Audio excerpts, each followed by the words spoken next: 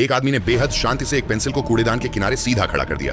देखने वाले के लिए यह एक मामूली हरकत थी, लेकिन किसी को अंदाजा नहीं था कि यही छोटी सी पेंसिल एक खतरनाक खेल की शुरुआत है। जैसे ही वह आदमी वहां से चला गया, सड़क पर जमा पानी की वजह से पेंसिल धीरे धीरे संतुलन खोकर नीचे गिर पड़ी। गिरती हुई पेंसिल पास ही बैठे एक बूढ़े आदमी की नजर में आ गई। वह उसे उठाने के लिए झुकने ही वाला था कि तभी एक साइकिल सवार उसे बचाने के चक्कर में अचानक तेज मोड़ लेता है और सीधा पास की फल की दुकान में जा टकराता है। धड़ाम की आवाज के साथ फल सड़क पर बिखर जाते हैं। पास खड़ा एक भिखारी मौका देखकर जल्दी जल्दी फल उठाने लगता है। दुकानदार यह देखकर आग बबूला हो जाता है और उसे पकड़ने के लिए दौड़ पड़ता है। कुछ ही सेकंड में वहां शोर शराबा और अफरा तफरी मच जाती है। उसी वक्त पास से गुजर रही बस का ड्राइवर इस हंगामे की तरफ ध्यान देने लगता है। उसकी नजर सड़क से हट जाती है और उसे यह दिखता ही नहीं कि ट्रैफिक सिग्नल हरी से लाल हो चुका है। ठीक उसी पल सड़क पार कर रही एक महिला उसकी बस की चपेट में आ जाती है और वहीं अपनी जान गंवा देती है। सब कुछ इतनी तेजी से होता है कि किसी को समझने का मौका ही नहीं मिलता।